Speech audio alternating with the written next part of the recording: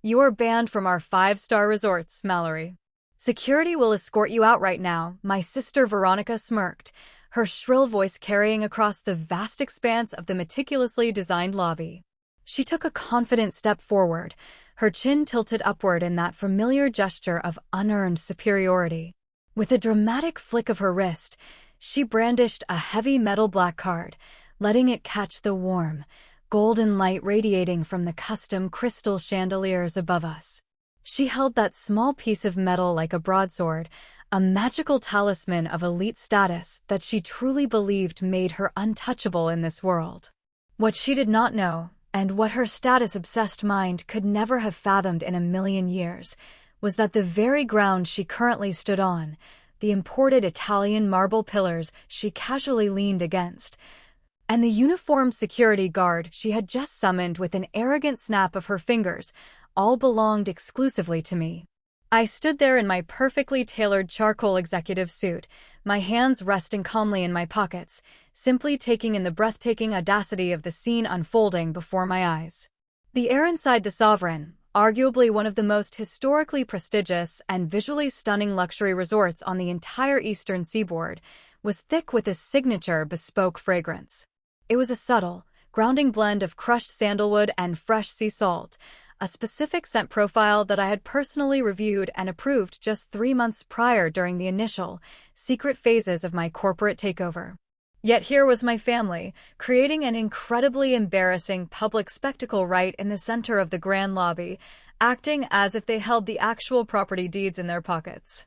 My father, Conrad, was standing a few feet away at the sprawling mahogany front desk. His face was flushed a deep, unhealthy shade of crimson. He was aggressively pointing his thick index finger at a terrified young front desk clerk, complaining at a deafening volume. His voice echoed over the gentle, live piano music playing in the adjacent lounge, demanding to know why his complimentary welcome champagne was not chilled to the exact, precise degree he supposedly preferred. My mother, Lorraine, hovered nervously behind his shoulder. She was wringing her hands, offering her usual weak, enabling nods of agreement, occasionally whispering for him to lower his voice, but doing nothing of substance to actually stop his humiliating tirade. And then there was Veronica, the undisputed golden child of the Hayes family, staring a hole right through me with a look of pure, unadulterated disgust. "I do not want you ruining my vital networking weekend with your pathetic presence," Veronica hissed, leaning in close so only I could hear the venom dripping from her expensive, glossed lips. "You do not belong here, Mallory. You have never belonged anywhere remotely like this. You are a glorified maid. You have always been a glorified maid to us. Go back to scrubbing toilets and fetching coffee before I have you physically thrown out onto the street where you belong. Do not embarrass me in front of my high-net-worth connections today." Those cruel words were explicitly meant to cut me deep down to the bone. A decade ago, they would have worked flawlessly. I would have shrunk into myself, my face burning with hot shame. I would have quietly apologized for simply breathing the same oxygen as her, and I would have seamlessly disappeared into the background just like they had systematically trained me to do since childhood. But standing there today, as a 32-year-old woman holding an immense amount of corporate power, hearing those exact words felt entirely different. It felt remarkably like watching a furious toddler threaten a massive hurricane. I felt nothing but a cold, calculated sense of amusement settling into my chest. Before I tell you exactly how my sister's precious black card turned into a useless, shredded piece of plastic, tell me where you are watching from in the comments. And please hit subscribe if you have ever survived a toxic golden child dynamic and had to quietly build an empire just to prove your entire family wrong. I looked at Veronica. I really looked at her, analyzing her the way I would analyze a failing business asset. Her expensive designer dress was pulled a fraction too tight across her hips. Her makeup was flawless, applied with professional precision, but it served only to mask a frantic, deep-seated insecurity that I could clearly see swimming in her eyes. She was desperate to be perceived as elite, waving around a lavish lifestyle she could not actually afford, throwing her imaginary weight around a hotel lobby while I stood completely silent, literally holding the legal keys to the entire global kingdom. The contrast was almost poetic in its severe irony. She thought she was shutting me out of a luxury hotel. She thought she was exercising some immense societal power over me to put me in my place. She had no idea she was standing in the exact epicenter of my personal empire. I watched carefully as the security guard she had yelled for began to approach us from across the lobby floor. He was a tall, broad-shouldered man wearing the crisp, impeccable navy uniform of the sovereign. He looked back and forth from Veronica's screaming, red face to my calm, unmoving posture. I caught his eye and gave him a fraction of a nod, a tiny, almost imperceptible movement that meant absolutely nothing to my furious sister, but meant the entire world to him. He was one of the few staff members who had been briefed on my physical description. He immediately slowed his pace, assessing the situation, unsure of how to proceed without blowing my cover before I was ready. I looked back at Veronica's smug, triumphant face. To truly understand why seeing them humiliate themselves in my lobby felt so deliciously perfect, so incredibly satisfying to my soul, you have to understand the hell they put me through to get to this exact moment in time. Are you ready to hear how the invisible child built an unbreakable fortress? Growing up in the Hayes household meant learning very quickly that affection was entirely conditional, and I simply did not meet the required conditions for entry. We lived in a modest, aging split-level house in a generic, sprawling suburb, a place where people constantly pretended to be much wealthier and much more important than they actually were. My father, Conrad, was a regional operations manager for a very cheap, run-of-the-mill, 3-star motel chain. It was a stressful middle management job that required him to wear cheap polyester suits and yell at exhausted housekeepers to meet impossible room cleaning quotas. He hated his job with a burning passion. He hated his bosses. But most of all, he deeply hated anyone who dared to dream bigger than his own bitter, limited reality. I was the invisible middle child. Veronica was the golden girl, the one destined for undeniable greatness, the one who looked exactly like my mother in her youth and commanded attention just like my father. Bethany, my younger sister, learned early on that the safest place to be in our house was right behind Veronica, echoing whatever she said to avoid being targeted by my father's frequent, unpredictable bad moods. And then there was me, left to my own devices. I remember being 15 years old, sitting on the faded, scratchy carpet of my small bedroom, sketching out intricate floor plans. I was fiercely obsessed with hospitality. Not the cheap, fluorescent-lit, depressing roadside motels my father ran, but real, authentic hospitality. I would spend hours at the public library, reading thick architectural magazines, studying the layouts of grand European hotels, analyzing how the spatial flow of a lobby could fundamentally change a guest's mood the moment they walked through the front doors. I had this notebook, a battered, spiral-bound thing, filled with my ideas, my rough sketches, and my biggest dreams.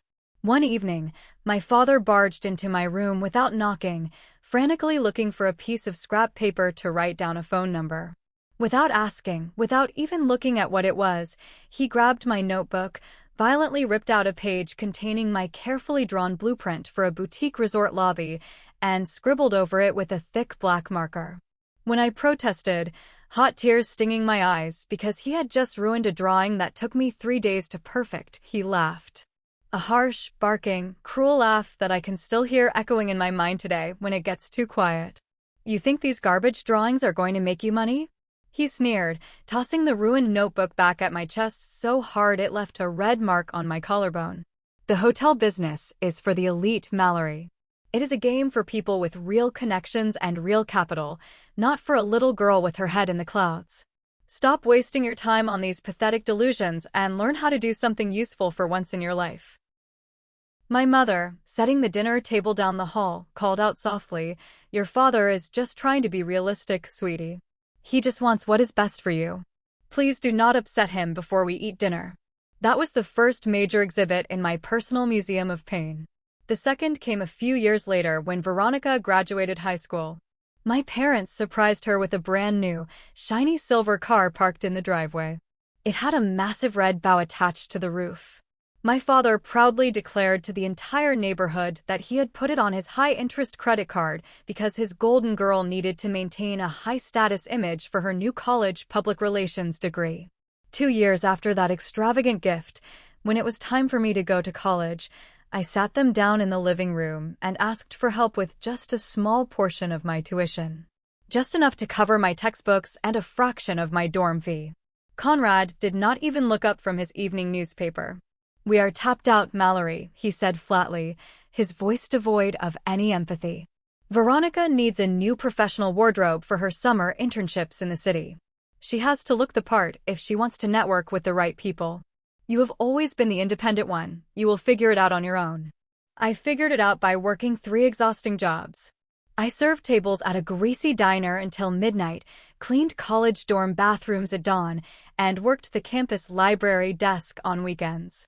I was constantly exhausted, running on black coffee and pure spite, while Veronica posted endless pictures of her expensive weekend brunches and lavish shopping sprees online, all funded by my parents' dwindling bank accounts. But the defining moment, the one that truly, permanently severed whatever lingering emotional ties I had to my family, happened when I was 24 years old. I was working my way up the corporate ladder as an event coordinator at a mid-tier hotel. I had spent 3 grueling months designing a revolutionary corporate retreat package, a brilliant fusion of local cultural experiences and high-end team-building exercises. It was my guaranteed ticket to a massive promotion. I foolishly showed the detailed proposal to Veronica during a rare family dinner, hoping against all logic for just a tiny ounce of sisterly support. 2 weeks later, I was called into my general manager's office and brutally fired on the spot. Veronica, who was working as a junior assistant at a corporate PR firm representing one of our biggest hotel clients, had stolen my entire proposal. She pitched it to her bosses as her own brilliant, original strategy. Because she had no idea how to actually execute the complex logistics I had designed, the event was a catastrophic failure, costing the client tens of thousands of dollars. But instead of taking the blame for her sheer incompetence, Veronica manipulated the situation, falsely claiming to her bosses that I had purposely leaked confidential internal documents to sabotage her career. My family instantly, blindly believed her fabricated story. I remember standing in my parents' living room, my hands shaking uncontrollably, begging them to look at the digital timestamps on my computer files, begging them to see the truth. Veronica just sat on the expensive leather couch, casually filing her nails with a bored expression. My father pointed to the front door and told me to get out and stop being a jealous, lying brat. That was the exact day I stopped crying over them. And the exact day I started building an empire in the dark. Would you have walked away forever?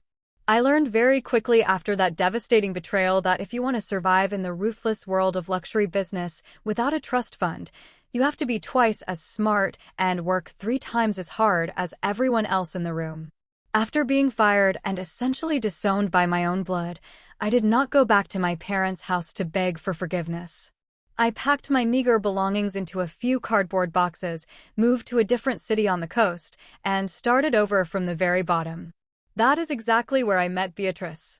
Beatrice was a terrifyingly brilliant, self-made billionaire, a real estate mogul who had viciously clawed her way to the top of a heavily male-dominated industry in the early 80s. She was 65 years old, sharp as shattered glass, and took no nonsense from anyone. I was working as a junior data analyst at a hospitality brokerage firm she frequently used for her massive acquisitions.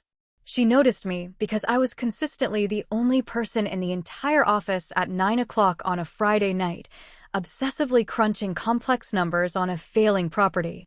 Beatrice eventually became my greatest mentor and my fiercest ally.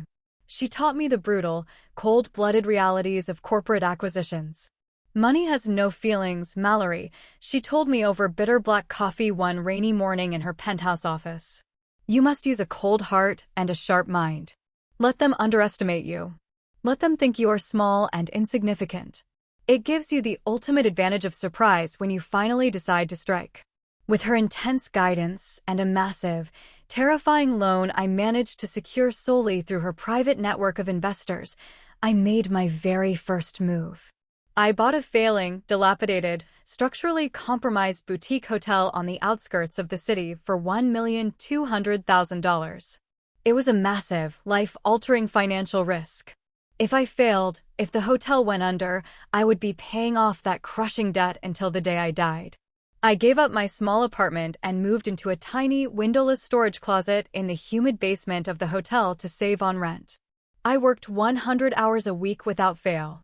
I personally painted the walls late into the night until my hands blistered, fired the incredibly toxic and lazy management team, and entirely retrained the new staff with a relentless, uncompromising focus on hyper-personalized guest experiences. In just 8 brutal months, I successfully took the hotel's occupancy rate from a dismal 35% to a staggering 93%. The hotel suddenly became the most highly sought-after destination in the entire historic district. I flipped the property a year later for exactly triple what I had originally paid back the private loan with interest, and kept the massive profit to start my very own acquisition firm.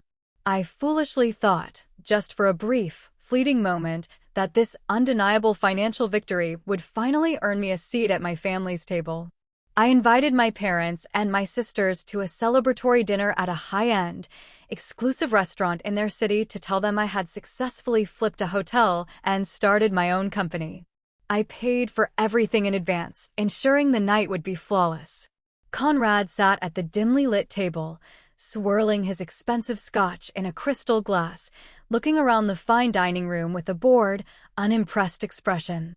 "So, you flipped a little roadside motel," he said, his voice dripping with heavy condescension. "Do not get a big head, Mallory. It was pure luck. The real estate market is inflated right now. Just wait until the economy takes a downturn.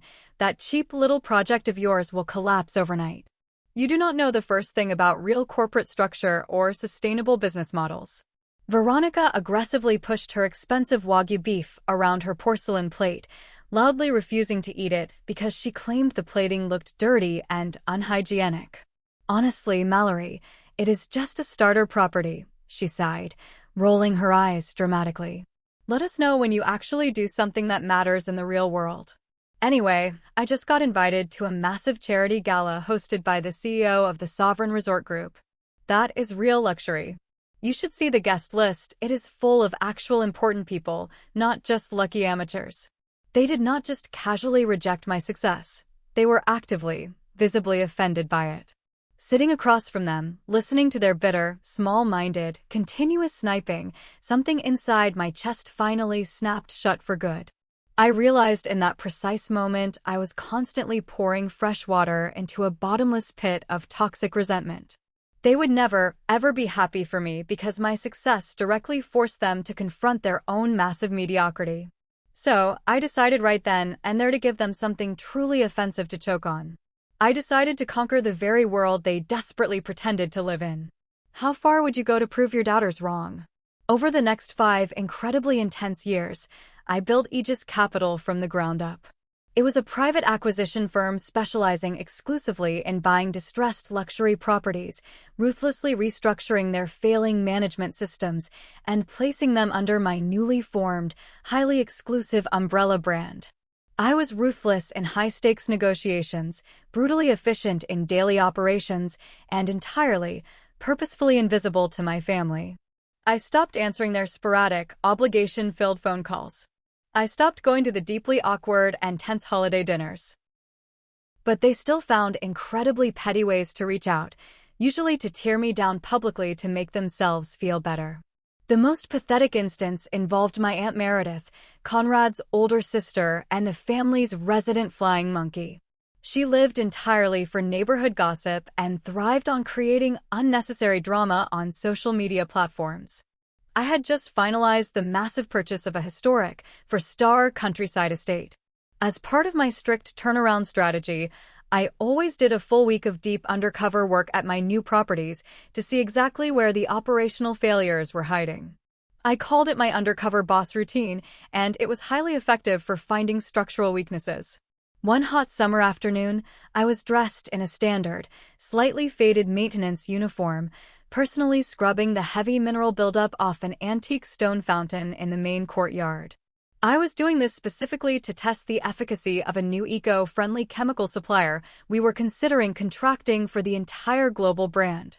Aunt Meredith happened to be attending a public garden tour nearby and spotted me from a distance.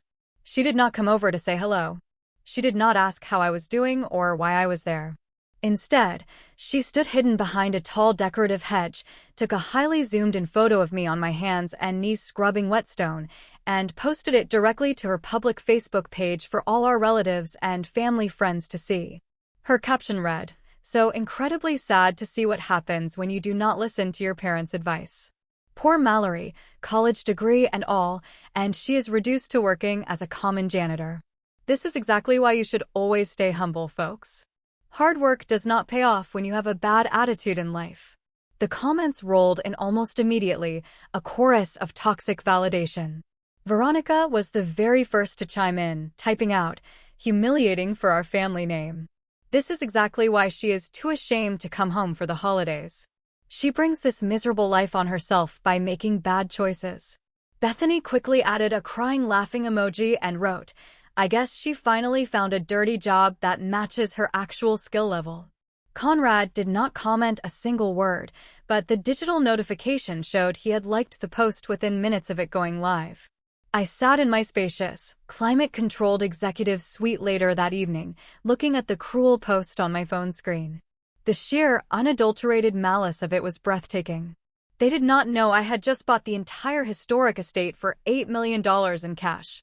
They did not know I was testing supply chains to save the property $200,000 a year in operational costs. All they saw was an opportunity to aggressively mock me, to feel vastly superior, to validate their deeply twisted narrative that I was a massive failure. I did not reply to the post. I did not correct them or defend myself in the comment section. I let them bathe in their false, pathetic sense of superiority. Beatrice sat across from me in my office, elegantly sipping her expensive tea, closely watching my face for a reaction. "Are you going to let them say that about you to the whole world?" she asked, one perfectly manicured eyebrow raised in a silent challenge. I calmly locked my phone and set it face down on the polished mahogany desk. "Let them think I am a janitor, Beatrice," I said, my voice completely steady. "Let them think I am scrubbing dirt for minimum wage. It will make it so much sweeter when I eventually buy the very building they are standing in." That specific incident solidified everything in my mind. I saw their true colors in high-definition clarity. They did not just want me to passively fail, they actively needed me to fail. My continued failure was the only glue that held their incredibly fragile egos together. If I was the pathetic loser of the family, Conrad could feel like a successful, wise patriarch, and Veronica could maintain her endless delusion of grandeur without any real competition. What would you do if your family publicly humiliated you for their own amusement? The final straw, the single unforgivable event that perfectly set the stage for our catastrophic reunion, started with a simple, vibrating group chat notification on my phone. It was rapidly approaching my mother's 60th birthday.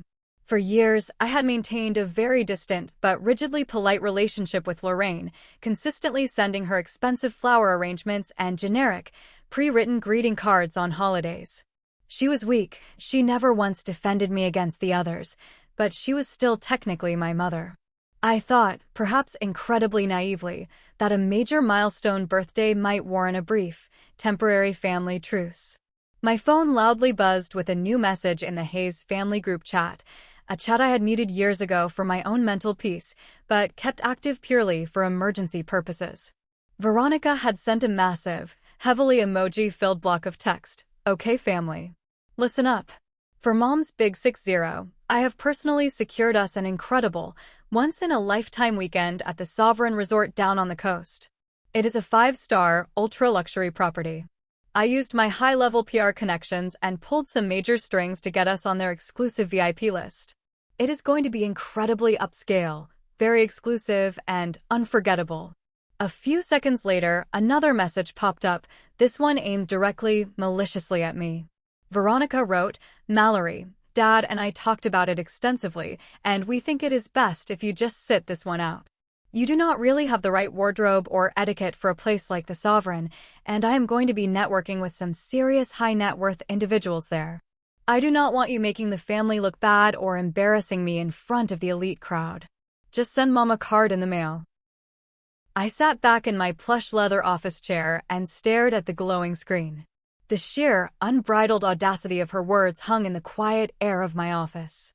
The casual, breathtaking cruelty of explicitly banning your own sister from your mother's 60th birthday celebration simply because you were afraid her clothes were not expensive enough to match your fake aesthetic was staggering. A moment later, the screen updated. Conrad liked Veronica's message. Bethany immediately chimed in to support the golden child, as she always did. "Yeah, Mal, it is super fancy there. Way out of your league. Maybe next year we can do Applebee's for your birthday so you feel more comfortable." Lorraine, the birthday woman herself, the mother who was supposed to love all her children equally, wrote, "I am so sorry, sweetie. Your sister just wants everything to be perfect for the pictures. We will miss you. Love you." I did not feel sad. I did not shed a single tear. My heart did not even speed up its rhythm. Instead, a slow, freezing cold smile spread across my face. I looked away from the phone and stared at the massive wall calendar hanging in my office. The exact dates they had proudly chosen for their fake luxury weekend at the Sovereign were the exact same dates I had already circled in bright red ink 3 months ago.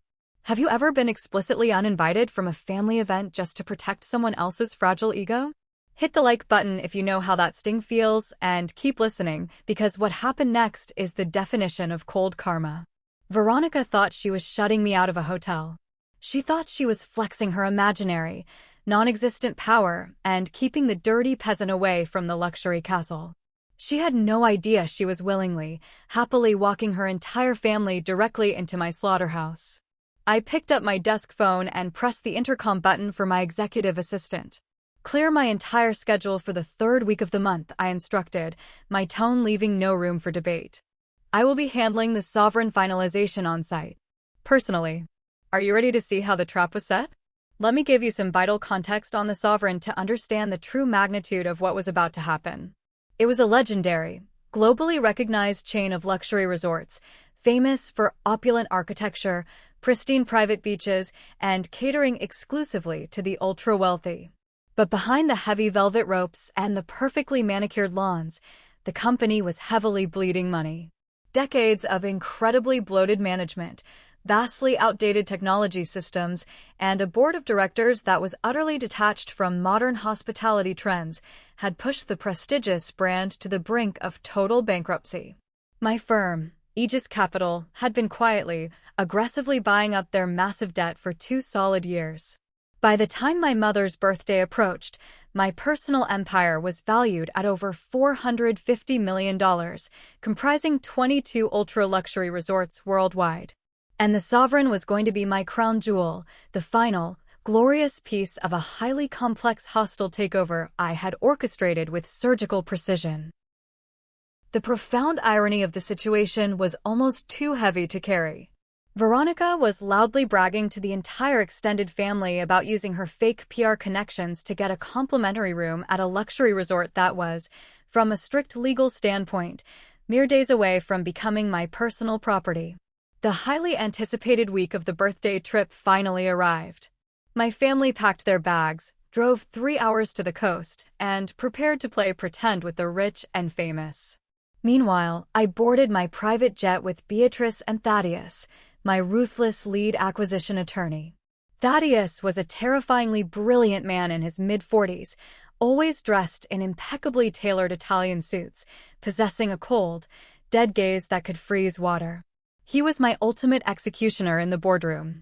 The flight to the coast was incredibly smooth. I spent the time reviewing the massive stacks of final transition documents.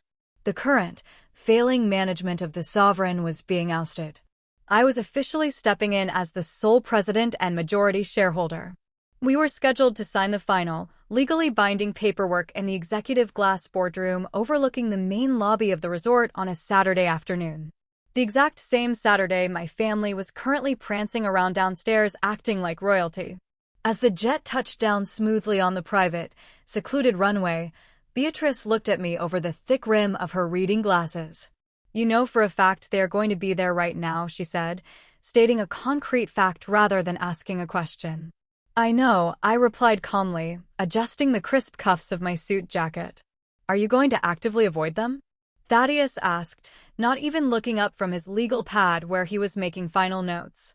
I looked out the small window as the sleek, black armored town car pulled up directly to the aircraft stairs. "No, Thaddeus. I am going to walk in there and do my job. If they happen to get in the way of my business, that is entirely their problem to deal with." We arrived at the Sovereign an hour later. The grand entrance was truly breathtaking, featuring towering, hand-carved marble columns and a massive, cascading indoor water feature. I purposely bypassed the main check-in desks, moving swiftly through the discreet, heavily guarded executive entrance, flanked securely by Thaddeus and my personal security detail. We headed straight for the top-floor elevators. For 3 exhausting hours, we sat in the heavily air-conditioned boardroom, finalizing the massive transfer of ultimate power. The old board of directors signed the papers one by one, looking completely defeated. I signed my name with a steady, victorious hand. It was officially done. The Sovereign, all of its prestigious properties, its massive assets, its thousands of staff members, and its sprawling grounds, now belonged entirely to me. I stood up, shaking hands with the departing executives. Preston, the incredibly nervous current general manager of the flagship resort, was waiting anxiously outside the heavy glass doors, sweating profusely into his collar. He knew a massive regime change meant a severe, unforgiving audit of his personal performance. I walked out to greet him. "Preston," I said, my voice calm but carrying immense, undeniable weight. "Give me a full, detailed status report on the lobby operations right now." Preston frantically wiped his forehead with a folded silk handkerchief. "Everything is running smoothly, President Hayes. Except, we are having a slight, unfortunate disturbance at the front desk right now. A family is being extremely uncooperative regarding their room assignment. They are causing quite a loud scene and upsetting the other high-profile guests." I walked over to the edge and looked down through the thick glass walls of the mezzanine, staring straight into the sprawling, luxurious lobby below. Even from 3 stories up, I could easily spot them. Conrad was waving his arms aggressively at the staff. Veronica was violently tapping her black card on the marble counter, clearly screaming at a terrified receptionist. I smiled. A cold, genuine, predatory smile. "Let us go down and resolve this disturbance, Preston."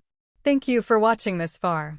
If you are loving this story and want to see the ultimate revenge, please leave a comment saying I'm win. That is our secret code for the true fans who stick around for the best parts, and I will be hearting and replying to every single comment with that phrase. The descent in the glass elevator felt like gliding down from the clouds into a storm of my own making.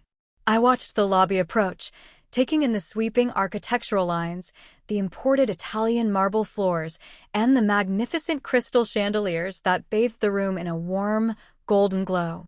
It was a space designed to make every guest feel like royalty. Yet, standing right in the center of it all, my family looked remarkably small, petty, and entirely out of place. As the elevator doors slid open with a soft, muted chime, I stepped out onto the polished floor. Preston, the nervous general manager, trailed slightly behind me, his silk handkerchief clutched tightly in his sweating hand. Thaddeus walked to my right, carrying his leather briefcase like a loaded weapon.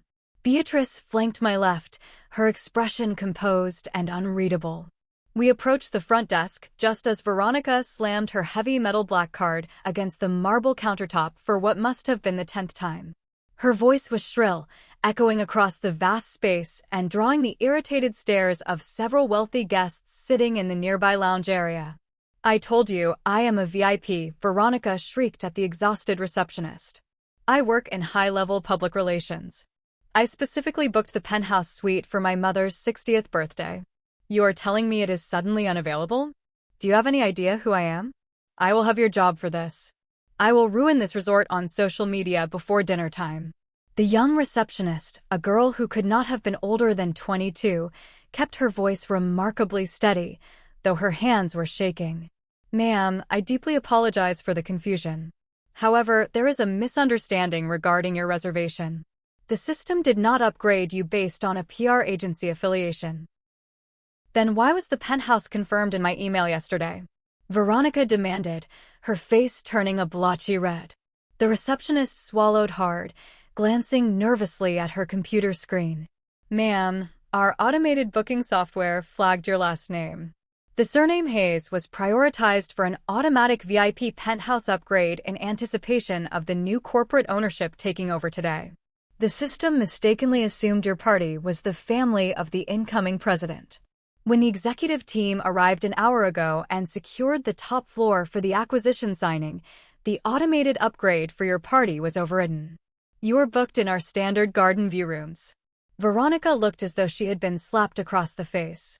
Incoming president? What incoming president? I pulled strings for this room. You are lying to me to give my suite to someone else. I want to speak to the owner of this hotel right now.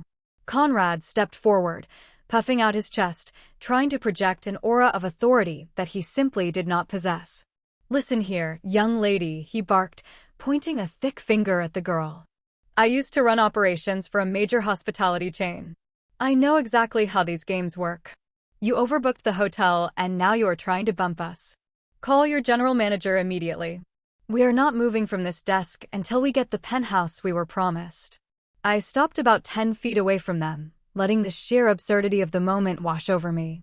My father, a man who spent his entire career managing cheap roadside motels, was trying to throw his weight around a 5-star luxury resort. My sister, drowning in debt and delusion, was claiming an upgrade that the system had literally intended for me. I cleared my throat. It was a quiet sound, but in the tense atmosphere of the lobby, it cut through the noise like a silver blade. Is there a problem here? I asked, my voice smooth, calm, and projecting effortlessly across the marble floor. Veronica whipped around, her eyes widening in pure shock before narrowing into a glare of intense hatred. Mallory, she hissed, her voice dropping to a vicious whisper. What are you doing here? I explicitly told you to stay away from this weekend. Are you following us? Are you that desperate for attention? Conrad turned around, his face morphing from anger to deep annoyance. Mallory, this is not the time for your nonsense. We are dealing with incompetent management. Leave us alone and go wait in the parking lot. We will deal with you later. Lorraine peeked out from behind Conrad's broad shoulders, wringing her hands together. Oh, Mallory, she murmured softly. I told you not to come. Your sister is very stressed right now. Please do not make a scene. I did not move. I did not flinch. I just stood there, flanked by my legal counsel and my mentor, feeling the immense weight of the $450 million empire resting squarely on my shoulders. I am not making a scene, Mom, I replied evenly, my eyes locking onto Veronica's furious face. I am simply asking why you are screaming at my employees. Veronica let out a harsh, mocking laugh that bounced off the high ceilings. Your employees? Have you lost your mind? Did you get a job here as a maid and suddenly think you own the place? She took a step toward me, raising her hand to point a manicured finger at my chest. I want you gone, Mallory. Right now. You are a stain on this family and you are ruining my weekend. She turned back to the front desk, looking wildly around for the security guard she had summoned earlier. Security. Get this woman out of my sight. She is harassing us. The security guard, who had been standing a few yards away, did not move toward me. Instead, he stood perfectly still, his eyes darting toward Preston, waiting for a direct order. Veronica noticed the hesitation. What is wrong with you? She yelled at the guard. I am a VIP guest. Throw her out on the street. I smiled, a slow, predatory expression that felt incredibly natural on my face. Veronica, you are not a VIP guest, I said softly. And I am not leaving. Conrad had finally seen enough. He stepped aggressively in front of Veronica, his chest puffed out, his face red with righteous indignation. He looked at me with a mixture of pity and severe anger, the exact same look he used to give me when I would show him my childhood drawings of hotel lobbies. Listen to me very carefully, Mallory, Conrad warned, his voice low and threatening. You have always been a jealous, spiteful girl. You could never handle your sister's success, and now you are showing up here, in the middle of her important networking event, just to cause trouble. You are embarrassing yourself." He then turned his attention away from me, dismissing me as if I were nothing more than a mild annoyance. He locked eyes with Preston, who was standing nervously slightly behind my left shoulder. "You," Conrad barked, snapping his fingers at the general manager. "You look like you're in charge here." "I am Conrad Hayes. I used to be a regional director of operations in this industry. I know exactly how to handle disruptive individuals in a lobby. This woman is harassing my family. I want her physically removed from the premises immediately. If you do not handle this, I will personally see to it that your corporate office hears about your sheer incompetence." The lobby grew incredibly quiet. A few guests had stopped pretending to read their newspapers and were now openly watching the drama unfold. The silence was thick, heavy, and pregnant with anticipation. Preston stepped forward. He was a seasoned hospitality veteran, a man who had spent 20 years navigating the delicate egos of the ultra-wealthy. But right now, he looked as though he was walking toward a live explosive device. He did not look at Conrad. He did not look at Veronica. Instead, Preston walked straight past my father, stopping directly in front of me. He planted his feet together, placed his hands behind his back, and bowed at a sharp 90-degree angle. It was a gesture of deep, undeniable respect, something reserved only for the highest tier of corporate ownership. "Welcome to the Sovereign, President Hayes," Preston said, his voice loud, clear, and trembling just a fraction. "The transition documents have been fully verified by our legal department. The global acquisition is officially complete. The entire staff is at your disposal, ma'am." The silence in the lobby shattered into a million invisible pieces. Conrad froze. The arrogant sneer on his face instantly melted away, replaced by a look of profound, unadulterated confusion. He blinked rapidly, his eyes darting from Preston to me, and then back to Preston. His mouth opened, but no sound came out. Veronica staggered backward as if she had been physically shoved. The heavy metal black card she had been holding so tightly slipped from her manicured fingers. It hit the marble floor with a sharp, ringing clatter that echoed across the room. She stared at the small piece of metal on the ground, then slowly raised her eyes to look at me. The color drained entirely from her face, leaving her looking pale and suddenly very old. "President?" Veronica choked out, her voice barely a raspy whisper. "What are you talking about? She is a glorified maid. She flips cheap motels. There is a mistake." Conrad finally found his voice, though it lacked any of its previous authority. "Preston, or whatever your name is, you are deeply confused. This is my daughter, Mallory. She does not own anything. She runs a tiny, insignificant little consulting firm. You have the wrong person." Preston straightened up, his face devoid of any warmth. "Sir," he said, his tone icy and professional, "I am not confused. You are currently standing in a property entirely owned by Aegis Capital, and the woman standing in front of you is the sole founder, CEO, and president of that firm."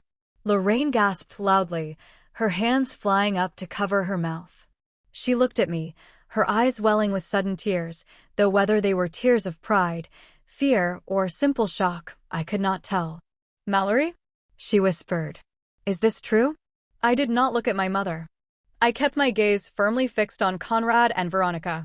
Watching the reality of the situation slowly crush their fabricated worldviews was the most intoxicating feeling I had ever experienced. Every single insult, every dismissed dream, every time they had told me I was not good enough, wealthy enough, or smart enough to exist in their imaginary upper echelon society, all of it was currently being dismantled right in front of their eyes. "There is no mistake, Dad," I said, my voice smooth and unwavering. "You always told me the hotel business was for the elite. You told me it was a game for people with real connections and real capital. You told me to stop wasting my time on delusions." I took a slow, deliberate step forward, forcing Conrad to take a step back. "Well, I listened to you," I continued. "I found the capital. I made the connections. And I bought the game." Veronica shook her head frantically, her perfectly styled hair falling into her face. No. No, this is impossible. You cannot afford this. The Sovereign is a global brand. It is worth hundreds of millions. You're lying. This is a sick prank. You paid this man to say this to humiliate me. She turned wildly to the other guests in the lobby, looking for validation, looking for someone to agree with her. She is lying. Veronica yelled, her voice cracking with sheer desperation. She is a fraud. That was the exact moment Thaddeus stepped forward. Thaddeus moved with the terrifying grace of a predator. He stepped in front of Veronica, easily towering over her, his expression as cold and unforgiving as a winter storm. He unlatched his leather briefcase with a sharp click, reached inside, and pulled out a thick stack of legally binding documents, sealed with a gold corporate emblem. He did not hand them to her. He simply slammed them down onto the marble counter of the front desk, the heavy thud silencing her frantic screaming. "Madam," Thaddeus said, his voice a deep, resonant baritone that commanded instant obedience. "My name is Thaddeus Vance. I am the lead acquisition attorney for Aegis Capital. The documents you see before you are the finalized, legally binding transfer deeds for the entire Sovereign corporate portfolio." He tapped a manicured finger against the top page. "My client, Ms. Mallory Hayes, currently owns 100% of the shares of this global chain. As of 1 hour ago, the total valuation of her personal corporate assets, including this specific property you are standing in, exceeded $450 million. If you continue to publicly defame her character by calling her a fraud, I will personally bury you in so many defamation lawsuits your grandchildren will be paying off the legal fees. Do you understand me?" Veronica stared at the gold seal on the documents. Her mouth opened and closed like a fish suffocating on dry land. She looked at Thaddeus, then at the documents, and finally at me. The reality was a physical weight crushing her. She could not spin this. She could not PR her way out of it. It was cold, hard, undeniable financial fact. But her desperate mind tried to find one last lifeline. She looked past Thaddeus and spotted Beatrice standing quietly to my left. Veronica's eyes lit up with a sudden, frantic hope. She recognized the famous billionaire. "Beatrice," Veronica breathed out, pushing past Conrad to step toward the older woman. "Beatrice, thank God you are here. I am Veronica Hayes. I submitted a massive proposal to your investment group last month.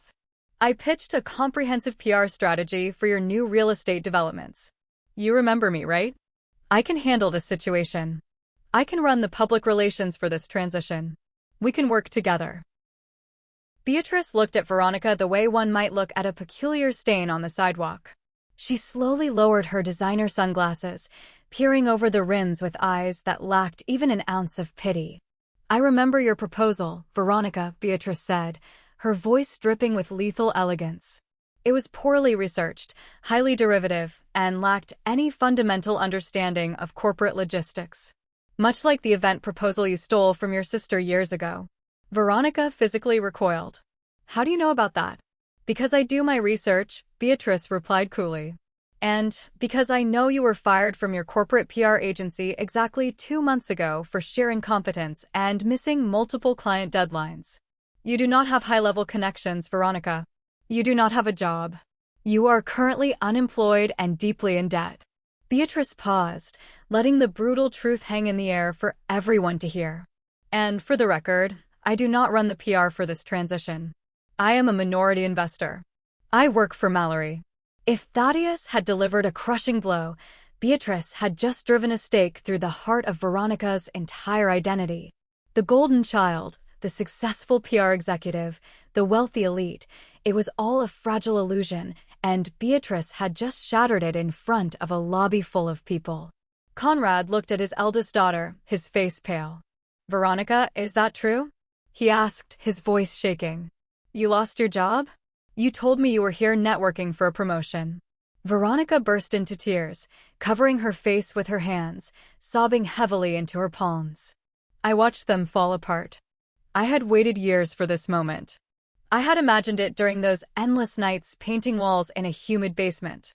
I had dreamed of it while eating cheap noodles in my cramped storage closet. But standing here now, I did not feel angry anymore. I just felt incredibly tired of their endless, pathetic charades. I turned my attention to Preston, who was still standing at strict attention. "Preston," I said, my voice returning to its calm, executive tone. "Yes, President Hayes," he responded instantly.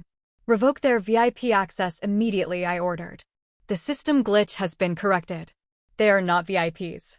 Move their reservation to the standard garden view rooms on the lowest floor. Furthermore, they are to be charged the standard rack rate for those rooms. No promotional discounts, no complimentary upgrades, and certainly no free champagne." Conrad's head snapped up. "Mallory, you cannot do that," he protested, his pride forcing him to argue even when he had already lost the war. "We are your family. You are going to charge your own mother full price on her birthday weekend?" I looked at Conrad, my expression as hard as stone. "You taught me that business is business, Dad. You told me to focus on the bottom line. This resort has strict operational costs, and I cannot afford to give away free rooms to people who do not respect the property or the staff. You can pay the standard rate, or you can pack your bags and drive back home right now. The choice is yours." I turned away from them, signaling to Thaddeus and Beatrice that the conversation was over. "Oh, and Preston?" I added, glancing back over my shoulder. "Ensure they put a valid credit card on file for incidentals. I do not want any unpaid minibar charges at the end of the weekend." I did not wait for a response. I walked toward the private executive elevator, leaving my family standing in the center of the lobby, surrounded by their own shattered illusions. The evening descended upon the coastal resort, casting a deep, twilight blue over the ocean outside my penthouse windows. I sat alone in the sprawling living area, nursing a glass of sparkling water, reviewing the financial spreadsheets for the upcoming quarter. The silence of the top floor was a welcome relief after the chaotic confrontation in the lobby. I assumed my family had quietly accepted their downgrade and slunk away to their standard rooms to lick their wounds. I underestimated their profound dedication to maintaining appearances. At precisely 9 o'clock, the phone on my desk chimed. It was a secure line connecting directly to the head of resort security. "President Hayes," the deep voice of the security chief came through the speaker. "I apologize for interrupting your evening, ma'am, but we have a developing situation in the main dining room regarding the Hayes party." I sighed, pinching the bridge of my nose. "What have they done now?" "They attempted to dine at the Azure, our fine dining seafood restaurant," the chief explained. "They racked up a rather substantial bill. 3 courses, several bottles of vintage wine, totaling just over $2,000. When the server presented the check, Mr. Conrad Hayes attempted to pay using a black credit card. The card was declined." I leaned back in my chair. "Declined?" "Yes, ma'am." The server discreetly asked for an alternative form of payment. Ms. Veronica Hayes then provided 3 different credit cards. All 3 were declined by the terminal. The system flagged them for insufficient funds and maximum credit utilization. A cold realization washed over me. The heavy metal black card Veronica had been waving around in the lobby like a weapon was not an exclusive wealth card. It was a standard high-limit credit card, likely tied directly to my father's depleted retirement pension, and they had completely maxed it out trying to fund a lifestyle they could not afford. They were broke. "How did you handle the situation?"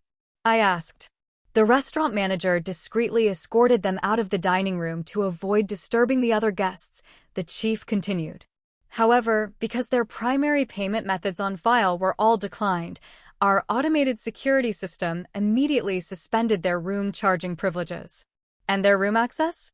I asked, knowing exactly how the sovereign system operated. "Suspended as well, ma'am," he confirmed.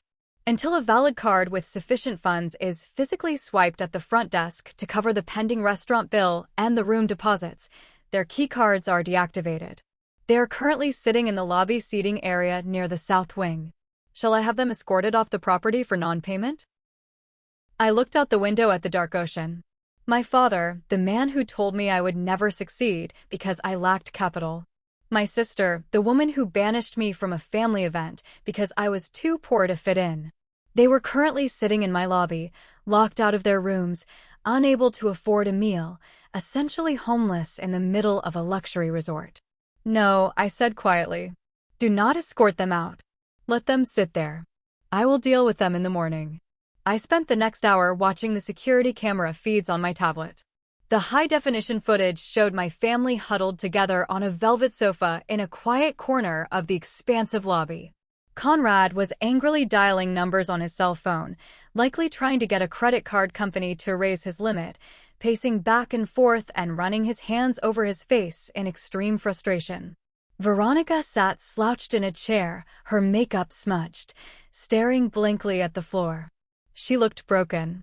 Later that night, around midnight, I saw footage of Veronica walking up to the security door of the South Wing corridor. She pulled her keycard out of her designer purse and tapped it against the electronic reader. The small LED light on the reader flashed a bright, piercing red. Access denied. She tapped it again. Red. She tapped it a third time, hitting the plastic card against the reader in a brief fit of helpless rage. Red. She stood there in the quiet, dimly lit hallway, staring at the flashing red light.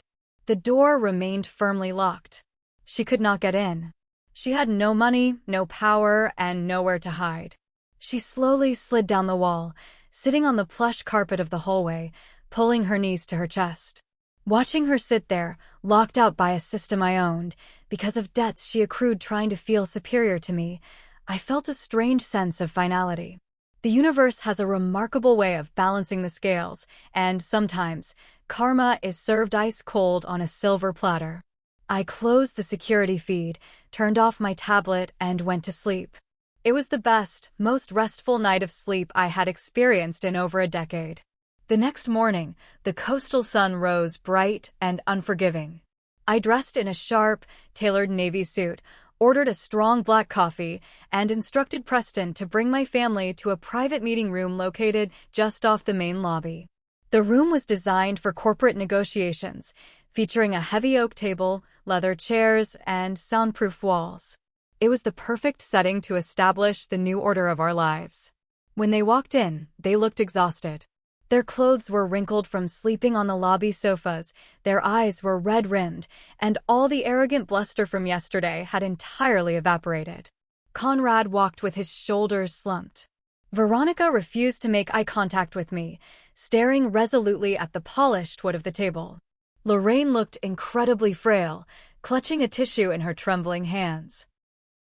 Only Bethany, my younger sister, looked somewhat alert, though she appeared incredibly nervous, clutching her smartphone tightly against her chest.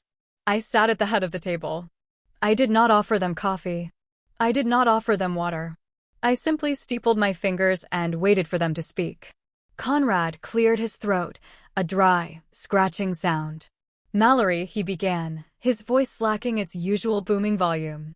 "We need to talk about the bill from last night. There seems to be a banking error with my primary accounts. I need you to authorize an override for the room keys. We are your family. We should not be treated like vagrants in your hotel." I looked at him, feeling an incredible sense of detachment. "It is not a banking error, Dad," I said calmly. "Your cards are maxed out. Veronica's cards are maxed out. You do not have the funds to cover your stay, let alone a $2,000 dinner." Veronica finally looked up, her eyes flashing with a desperate, dying ember of defiance. "You did this on purpose," she accused, her voice trembling. "You flagged our accounts. You are trying to humiliate us." "I did not touch your accounts, Veronica," I replied, my voice steady and cold. "You spent money you did not have to impress people who do not care about you. You dug this hole entirely by yourself. I just happened to own the shovel." Before Veronica could snap back, Bethany suddenly stood up from her chair. Her hands were shaking, but her jaw was set tight. "Stop it, Veronica," Bethany said, her voice surprisingly loud. "Just stop lying." We all turned to look at the youngest sister, the girl who had spent her entire life hiding in Veronica's shadow. Bethany unlocked her phone and placed it flat on the oak table, sliding it toward me. I looked down. It was a series of text messages and bank transfer receipts. "She forced me to take out a high-interest personal loan to pay for her half of this trip," Bethany confessed, her voice breaking, tears spilling down her cheeks. "She told me if I did not give her the money, she would uninvite me from Mom's birthday and tell everyone I was broke." She said her PR business was struggling and she needed to look rich this weekend to land a new client. She lied to all of us. Conrad stared at Bethany, his mouth hanging open. You took out a loan? For a hotel stay? Bethany wiped her eyes angrily. Yes, because I was terrified of her. Just like you are, Dad. Just like Mom is. We all tiptoe around Veronica so she does not throw a tantrum. But I am done. I am so deeply sorry, Mallory. I was a coward. I went along with them making fun of you because it meant they were not making fun of me. You built something amazing, and we just tried to tear it down because we are all failures. The silence in the room was deafening. Bethany's confession hung in the air, a brutal, undeniable truth that shattered the very foundation of their toxic dynamic. Veronica buried her face in her arms on the table, refusing to speak. Conrad looked like a man who had just realized his entire life's philosophy was a lie. I looked at Bethany, seeing the genuine remorse in her eyes.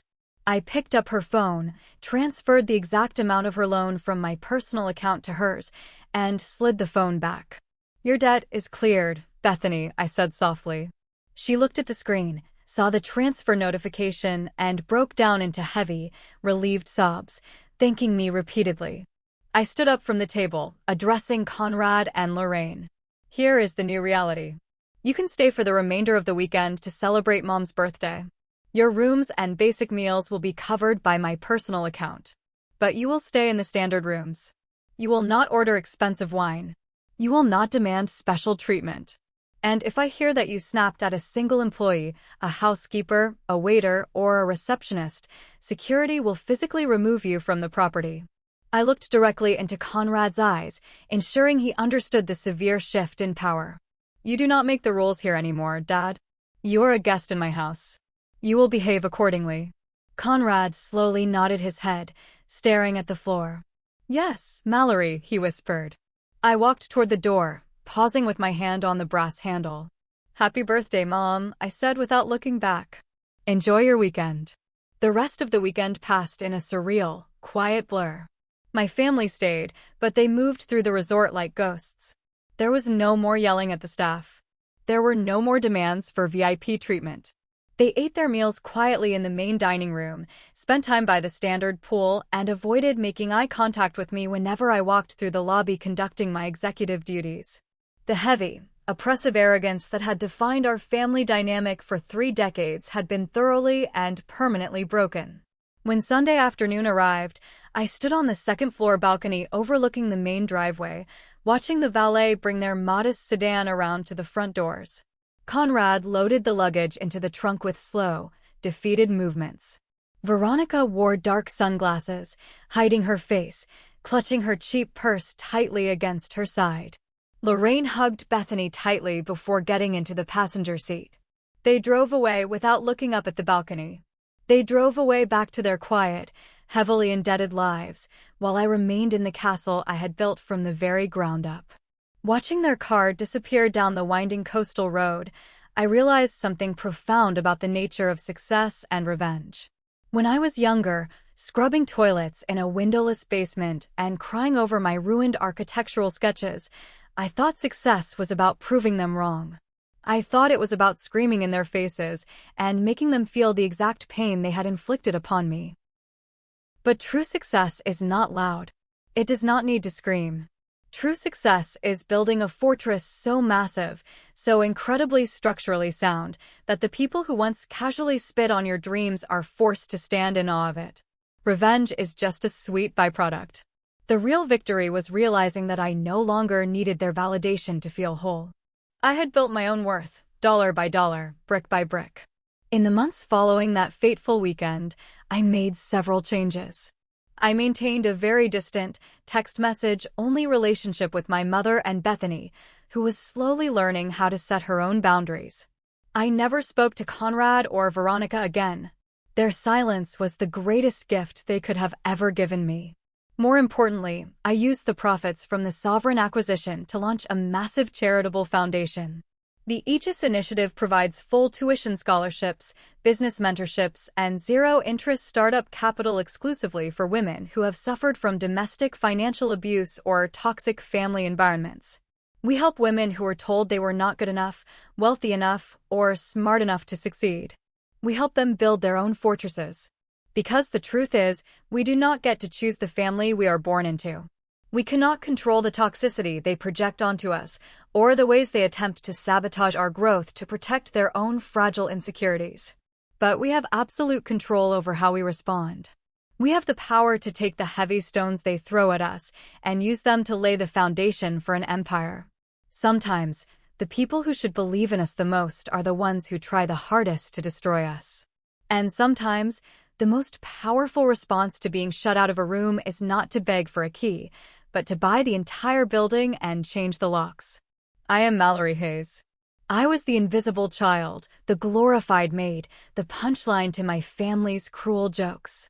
Today, I am the president and CEO of a global hospitality empire, a creator of spaces where people feel valued, respected, and welcomed.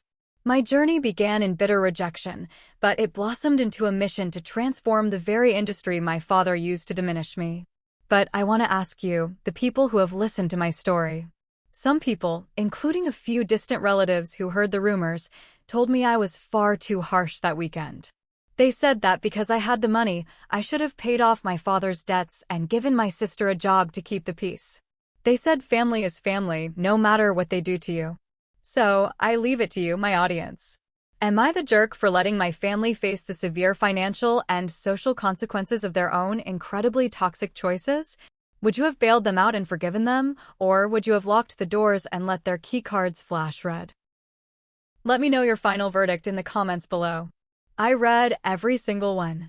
If you love the story of karma being served ice cold on a silver platter, please hit that subscribe button, turn on the notification bell, and share this video with someone who might need to hear that rejection can be the beginning of something beautiful. Until next time, remember, silence and success are the loudest weapons you have. Thank you for watching.